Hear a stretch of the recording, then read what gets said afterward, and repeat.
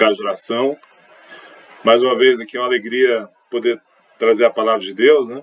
Compartilhar com os irmãos. Agradecer ao pastor Ciro aí mais uma vez essa oportunidade. Tive aí 2 semanas fora, né? Agora estamos retornando aí, a igreja está em plena atividade.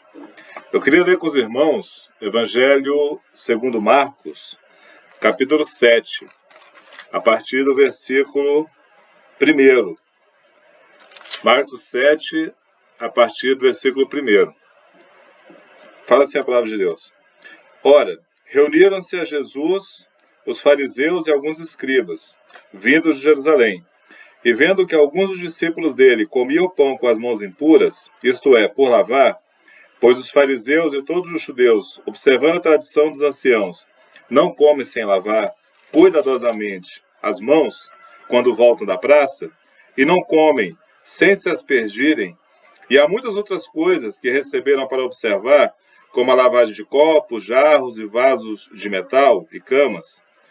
Interpelando-no, os judeus, os fariseus e os escribas, por que não andam os teus discípulos de conformidade com a tradição dos anciãos, mas comem com as mãos por lavar?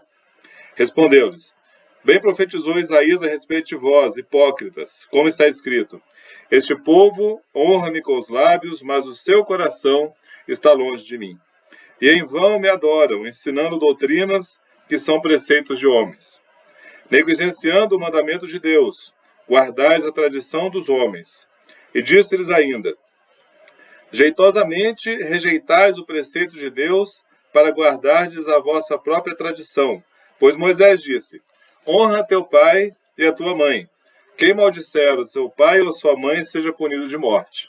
Vós, porém, dizeis, se um homem disser a seu pai ou a sua mãe, aquilo que poderias aproveitar de mim é corbã, isto é, oferta para o Senhor, então o dispensais de fazer qualquer coisa em favor de seu pai ou de sua mãe, invalidando a palavra de Deus pela vossa própria tradição, que vós mesmos transmitistes, e fazeis muitas outras coisas semelhantes.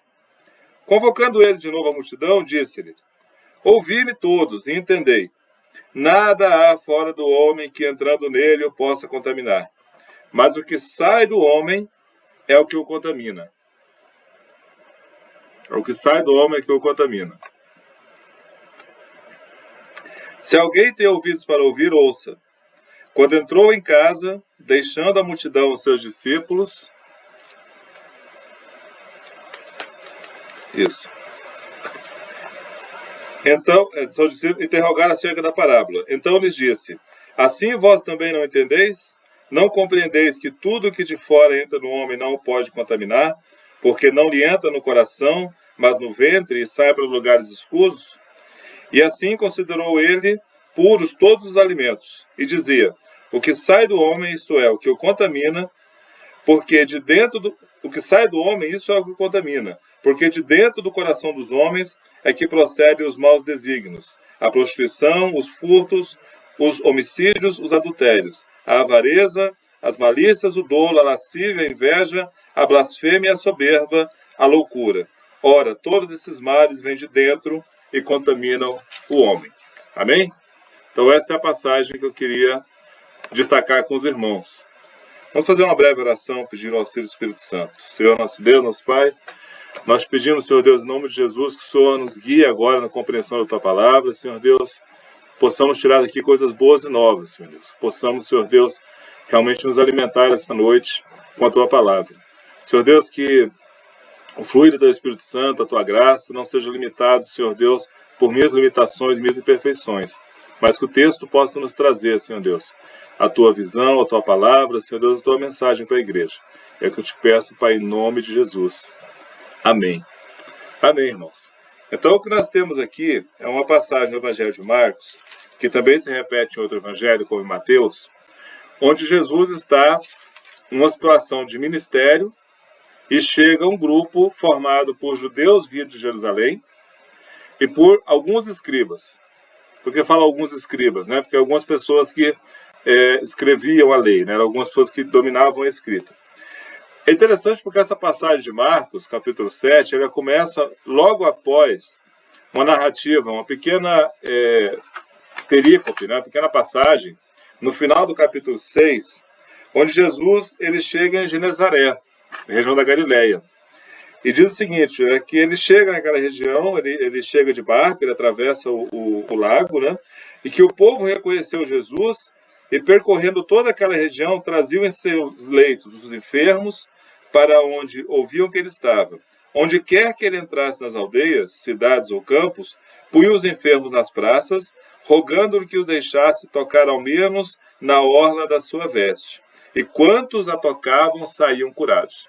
Então Jesus está aqui no ministério na Galileia, onde tem uma multidão de pessoas procurando por ele. Então as pessoas vinham de várias partes daquela região, trazendo seus doentes, né, em leitos, carregando essas pessoas e pedindo que pelo menos tocasse na orla do manto de Jesus.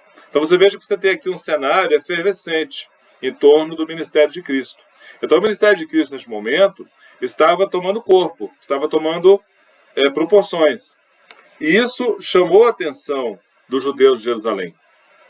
Por que chamou a atenção? Porque Jerusalém era o centro oficial da religião.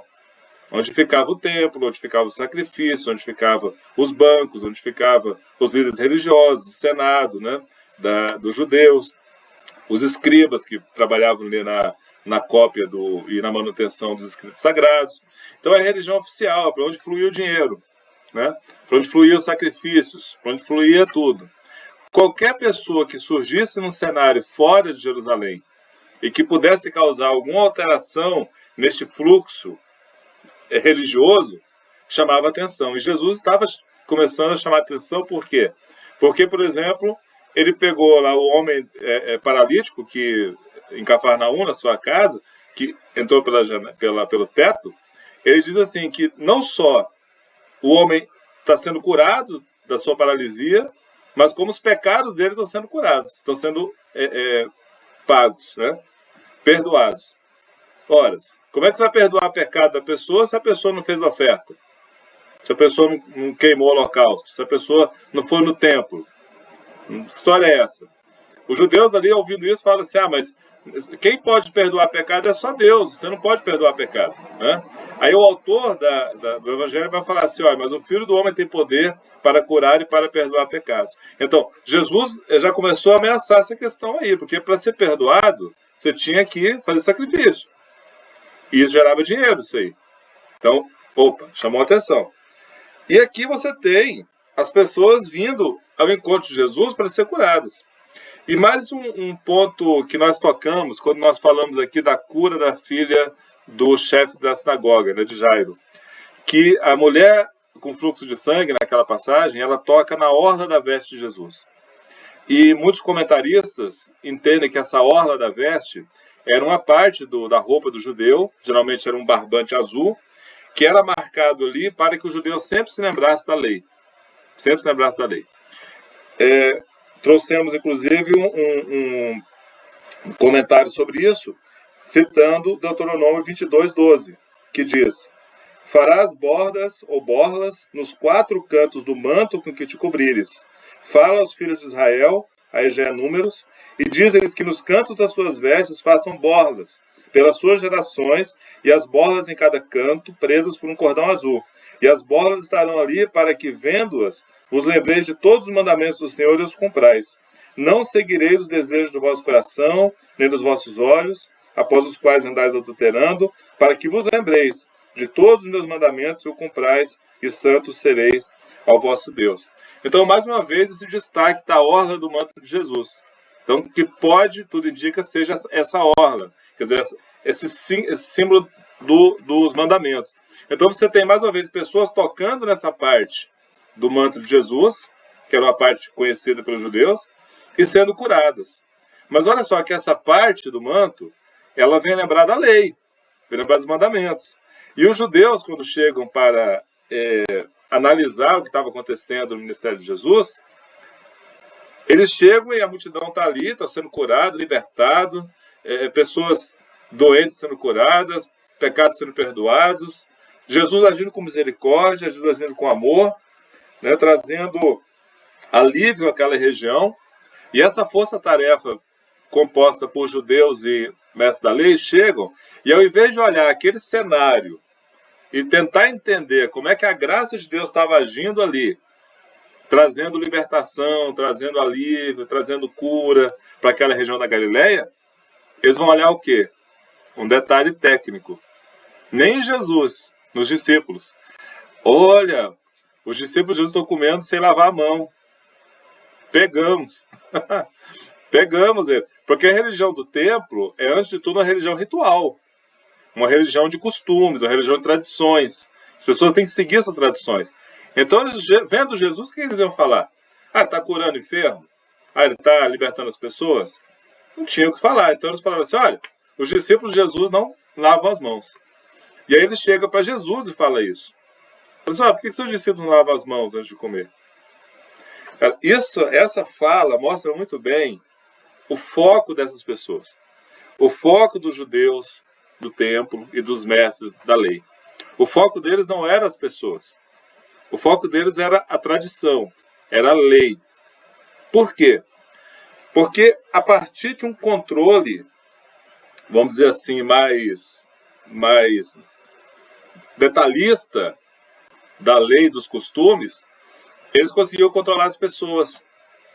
E as pessoas precisavam toda hora perguntar para eles, posso fazer isso, não posso fazer aquilo, isso é certo, isso é errado. Eles controlavam aquilo ali. Então, talvez que o Jesus ficou mais irritado não foi o fato dos seus discípulos terem práticas de higiene ruins, porque lavar a mão antes de comer é bom, né? Quer dizer, então, os discípulos de Jesus estavam com a prática higiênica não muito boa. Mas não foi isso que irritou Jesus. Foi justamente Jesus estar fazendo uma obra tão grande e as pessoas que vieram preocupar com detalhes técnicos dos discípulos dele que não lavavam as mãos.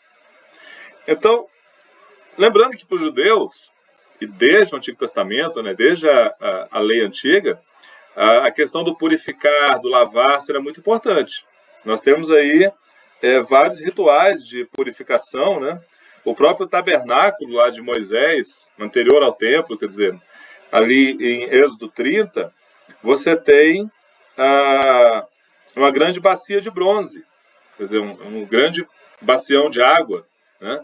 Que as pessoas tinham que lavar as mãos e os pés antes de ir para o altar. E lá fala que se não fizesse isso ia morrer. No templo de Jerusalém você tinha o mar de bronze, que era também essa bacia bem grande, usada nos sacrifícios, né?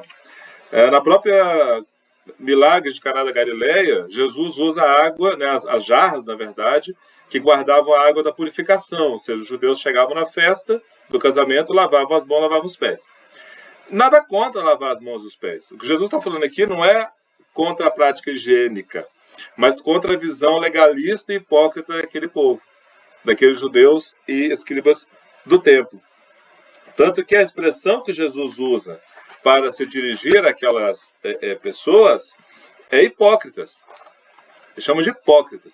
E a palavra hipócritas, né, os irmãos já devem ter ouvido isso em outras pregações, vem do termo hipócrites, em grego, hipócrites, que literalmente quer dizer um ator de teatro. Um ator de teatro. Então, Jesus, vamos lembrar que Marcos é um evangelho escrito para um público gentio.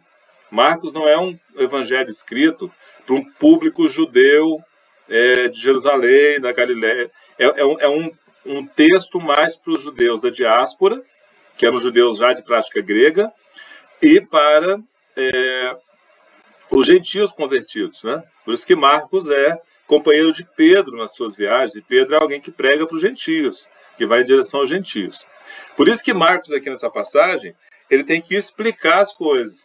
Você percebe quando ele fala, olha, e mão impuras, isso é, por lavar. Aí ele tem todo um parêntese, explicando o porquê que os judeus lavavam as mãos, qual era a prática, isso, aquilo. Porque o ouvinte do Evangelho de Marcos, o ouvinte inicial, ele não ia entender bem essa fixação dos judeus por lavar as coisas. Então ele tem que explicar. E olha que eu falei os ouvintes, tá? A gente sempre fala os leitores, né? Porque o Evangelho no seu início, primeiro século, segundo século, era o Evangelho de ouvir. Você tinha uma cópia e você lia para a igreja. Primeiro porque as pessoas não liam, não sabiam ler. A maioria das pessoas não sabiam ler grego, né? Eram analfabetos. E outra porque você não tinha cópias impressas, né? As cópias impressas são já da época moderna, aí, Idade Média. Então, são os ouvintes do Evangelho de Marcos, né? Então eles ouviram aquilo e o texto explica o que está acontecendo. Então, quando ele usa o termo hipócritas, né? Hipócritas, é um termo grego. Então os leitores entendem o que ele está falando. Ele não fala aqui hipócritas, que quer dizer isso. Não, os leitores, os ouvintes estão entendendo que Jesus chamou aqueles judeus ali, que vieram do templo, e os gregos, de atores. Eles estavam fingindo. Eles eram pessoas que fingiam a religião.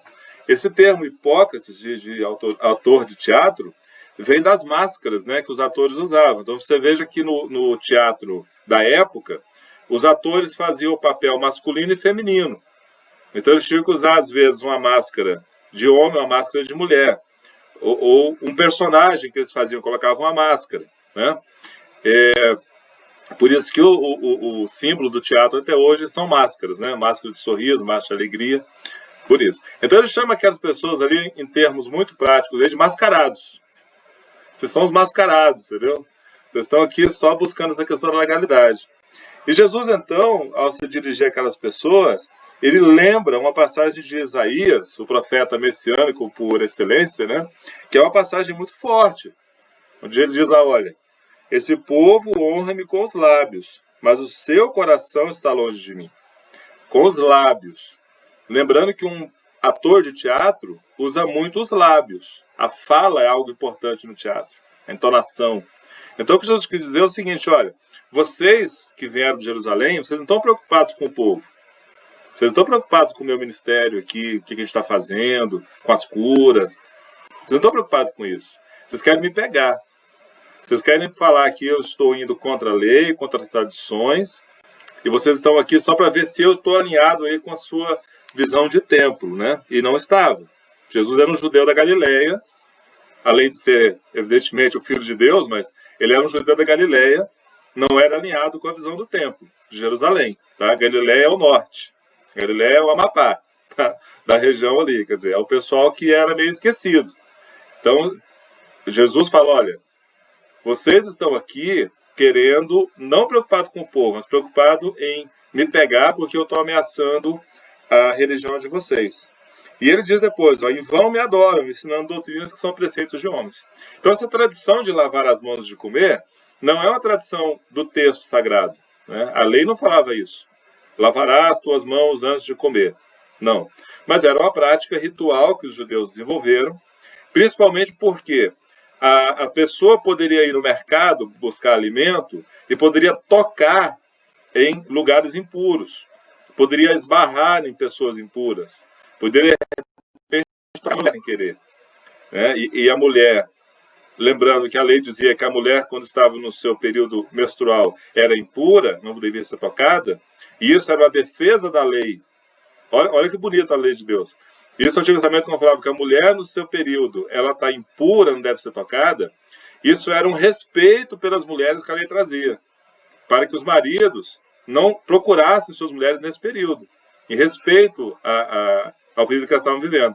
Só que os judeus, por não saberem quando a mulher estava no período, eles não tocavam mulher nenhuma, que não fosse a deles, porque iam se contaminar. Então, esse lavar as mãos tem mais a ver com me purificar com aquilo que eu possa ter tocado de impuro, do que com a preocupação em relação ao alimento.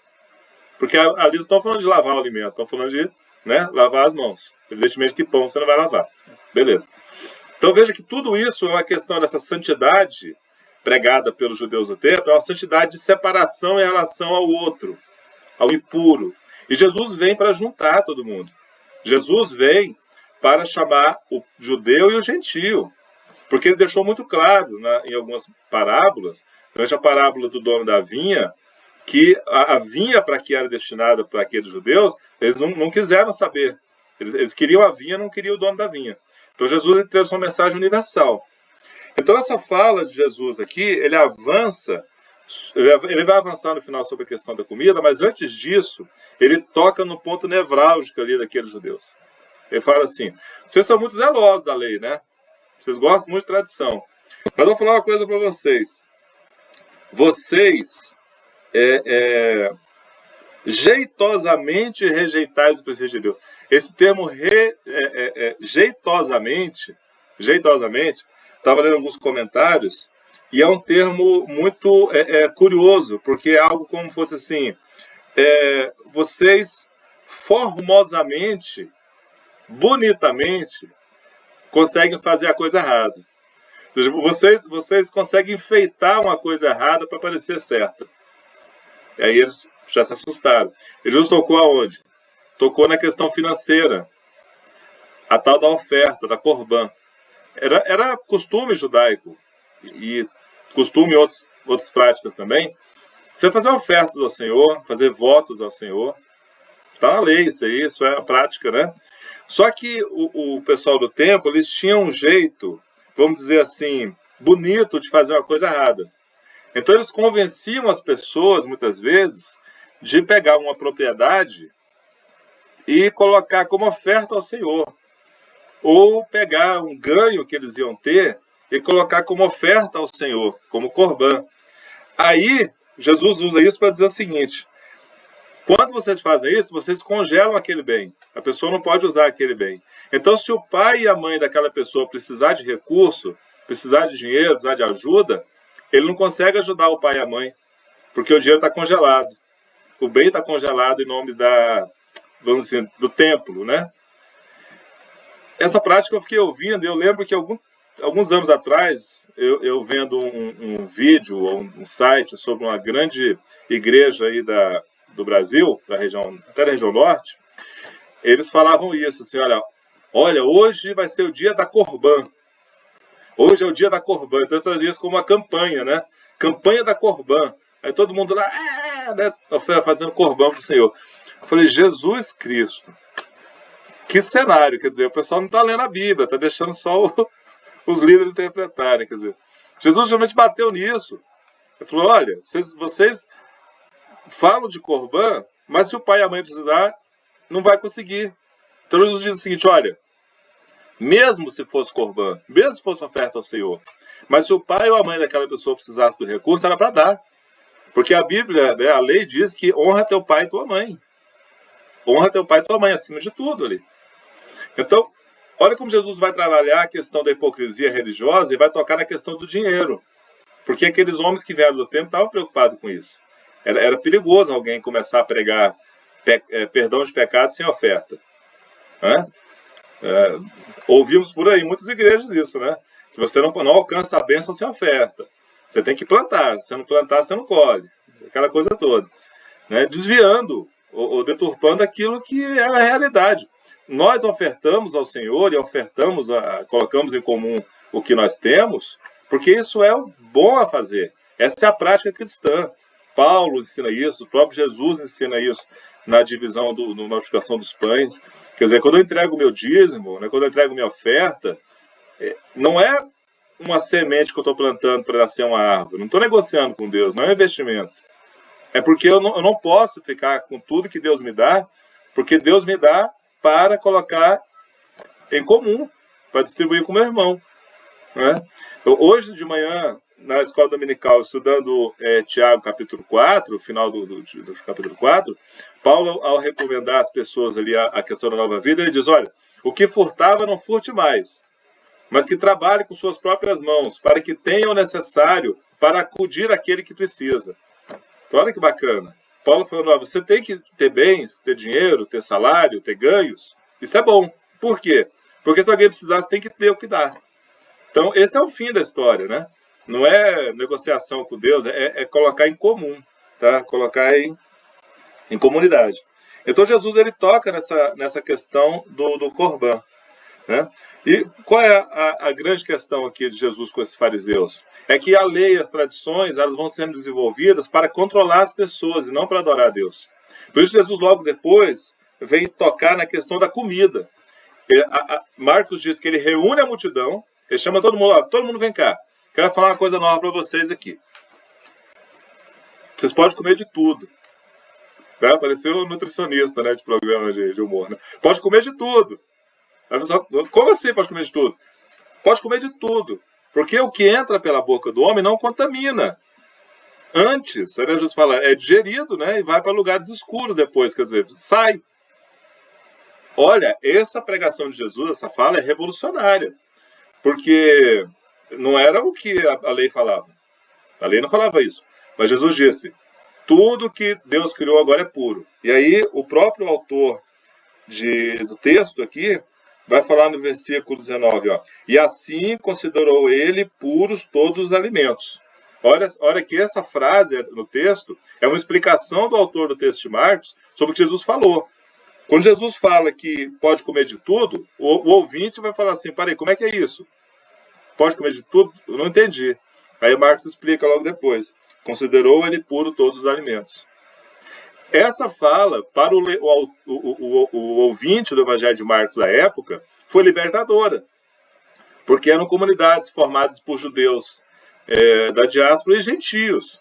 Então os judeus ainda tinham esse costume kosher ali, de come isso, não come aquilo e tal. O gentio, poxa, ele comia de tudo. Aí ele chegou ali, na igreja ficava aquela briga. Por isso que Paulo, aos Gálatas, vem falar sobre os judaizantes, que chegavam na igreja e falavam, não pode comer isso, não pode comer aquilo, tem que fazer isso, tem que fazer aquilo. Paulo se irrita com isso. E aqui Jesus já tinha falado. Então, o ouvinte de Marcos, da igreja lá, onde já vendo o de Marcos, se alegra. Poxa, tá liberado então. Vou comer minha costelinha de porco de boa aqui. Lembrando que Levítico proíbe comer morcego, tá? Então a gente tem que falar para os irmãos aí que morcego não é para comer mesmo, não. Porque pode dar problema. Mas assim, Jesus retira essa questão da comida, ele fala, olha gente, inclusive a comida é liberada. Porque não é sobre isso, o reino do céu não é comida e bebida. Então, veja como é libertador o Evangelho. Veja como é libertador o Evangelho. Então, o que nós percebemos aqui, irmãos, já partindo aqui para o fim da história, é que essa narrativa ela é mais sobre Jesus enfrentando essa religião controladora, legalista do templo, preocupada em controlar a vida das pessoas, o que as pessoas comem, o que as pessoas bebem, o que as pessoas vestem, e trocar isso por uma mensagem do Evangelho libertadora, onde, olha, não importa o que você come, importa o que você fala. Jesus fala, aquilo que você fala vem do seu coração. Isso que contamina o homem. A sua fala contamina você. E a Bíblia diz que o coração fala, a boca fala que o coração está cheio. Ou seja, Jesus, mais uma vez, vem trazer a questão da prática cristã como uma prática, né, como gosta muito de falar o pastor Ciro, né, a prática do coração. Quer dizer, a prática do íntimo, né, do interior, do que está aqui, ó, na minha mente, na minha transformação como novo homem, nova mulher. Então, é sobre isso essa passagem. E não sobre pessoas que querem controlar a vida do outro. Quer dizer, o que acontecia com os judeus da época? Eles ficavam à mercê do templo. O templo não estava preocupado se as pessoas tinham comida ou não tinham comida. Eles estavam preocupados se as pessoas tinham que lavar a mão. Antes dessa passagem, no capítulo 6, você tem a primeira multiplicação dos pães e peixes. Quer dizer, Jesus está multiplicando peixe para aquele povo no deserto. Aí você acha que ele ia falar assim, mas gente, antes de comer o pão e peixe que eu multipliquei, vocês, por favor, lavam a mão, né? Não, ninguém lavou a mão no deserto. Eles comeram o pão e peixe que Jesus deu. É isso que Jesus quer. É matar a fome das pessoas. Matar a fome de Deus. E matar a fome de comida também, né? O cristianismo também é sobre matar a fome de comida das pessoas. E não sobre cumprimentos de regras dietéticas ou regras vamos dizer assim, do que pode e não pode fazer. Por quê? Porque o cristão ele se move por outra coisa. Me convém ou não me convém, no sentido espiritual da coisa. Isso não me cai bem, isso não é bom para mim, isso não cabe bem para mim, isso me contamina. Não faço, mas não como um controle. Não como um controle. E os judeus de Jerusalém eram preocupados com isso. E ainda hoje, né, fazendo um paralelo com o nosso século atual, né, muitas vezes os judeus do templo, quer dizer, os líderes religiosos cristãos que se identificam com essa prática de controle dos outros, querem usar tradições inventadas por eles para controlar as pessoas. Como já disse para os irmãos, uma vez estava vendo um debate sobre se cristão podia ou não podia ir na praia. Aí, pode, mas que roupa que vai usar? Aí eu quase que eu falo assim, vai na Bíblia, pergunta qual a roupa que usa na praia na Bíblia. Né? Não tem, então você começa a criar tradições. Pode ser assim, pode ser assada, a roupa não pode ser muito curta, não pode ser muito grande, não pode mostrar isso, não pode mostrar aquilo. né? Se o pastor vai brigar, se a pastora vai brigar. Você começa a criar essas coisas, né? Posso ler esse livro, não posso ler aquele livro? Posso ver esse filme, não posso ver aquele filme? Ah, esse filme não é cristão. Essa música não é cristã. Tradições dos homens. Tradições trazidas pelos homens. Nada disso contamina o homem. Claro, não estou falando aqui para você ficar vendo filme que tem uma mensagem muito ruim, não é isso. Mas entende que essas coisas não podem ser fator de controle. A igreja já foi muito disso, e ainda hoje a igreja gosta disso, né, dessa questão do controle. A nossa, graças a Deus, não. Mas se antigamente as igrejas se pegavam muito na questão, pode ter televisão, não pode ter televisão, pode usar saia, pode usar calça, para controlar a vida das pessoas, pode dar sem camisa, não pode dar sem camisa. Hoje, já que as pessoas precisam ver televisão, porque as grandes igrejas têm canal de televisão e programas, já começa a entrar por outro lado. Ah, você pode votar nessa pessoa, não pode votar naquela. Você não pode ter essa filosofia na sua vida, não pode ter aquela. Essa ideologia não pode só aquela. Então, mais uma vez, o desejo das lideranças do templo de controlar a vida das pessoas. E Jesus não está preocupado com isso. Jesus está preocupado aqui em curar, em libertar, em alimentar, em libertar.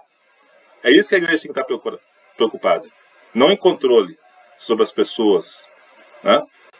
Então eu queria deixar essa mensagem hoje, essa pregação, essa bela passagem do Evangelho de Marcos, uma passagem que foi importantíssima para os cristãos da época, a partir do momento que eles percebem que o que tem que se preocupar é com aquilo que está no coração, os maus desígnios. Nós também, lembrando lá que abordamos isso na escola dominical hoje, né? Quando Noé sacrifica depois do dilúvio, Deus fala o seguinte: olha, é mau desígnio do coração do homem, mas nunca mais trarei dilúvio sobre a terra. Então, o coração do homem tem essa maldade. Então o Espírito Santo precisa nos ajudar para a gente controlar essa maldade, certo? A prostituição, os furtos, o homicídio, o adultério, a avareza, a malícia, o dolo, a lascívia, a inveja, a blasfêmia, a loucura, e trocar isso pelos dons do Espírito, né? Então, nós precisamos pedir a Deus que nos ajude, que da nossa boca saiam boas palavras, porque é o que sai da boca que contamina, que a nossa mente seja uma mente transformada, para que eu possa entender o que me convém e não me convém, e não ficar dependendo de regras impostas escritas ou tradições humanas. E lembrando que, graças a Deus, tudo que Deus criou pode comer, incluindo carne de porco, que é uma delícia. Então, é o Evangelho de Cristo, que nos liberta, nos traz alegria e nos traz paz. Amém, irmãos? Glória a Deus. Vamos fazer uma oração? Senhor, nosso Deus, nosso Pai, nós te agradecemos pela Tua palavra, pelo Teu Evangelho, por essa mensagem que Teu servo Marcos, Senhor Deus, registrou para nós, a passagem do Teu Filho Jesus. Ajuda-nos, Senhor Deus, a termos uma vida santificada, mas não, Senhor Deus, por códigos de conduta, Senhor Deus, mas por um coração transformado pelo Teu Espírito, sabendo fazer aquilo que convém ou que não convém, segundo a Tua vontade. Perdoa nossos pecados, perdoa as vezes que nós pecamos com nossa boca, Senhor Deus. Perdoa as vezes, Senhor Deus, que nos afastamos do Teu Evangelho. Mas nos mantém, Senhor Deus, nos Teus caminhos. Nos mantém debaixo, Senhor Deus, da Tua mão poderosa. É o que nós pedimos em nome de Jesus. Amém. Posso ser.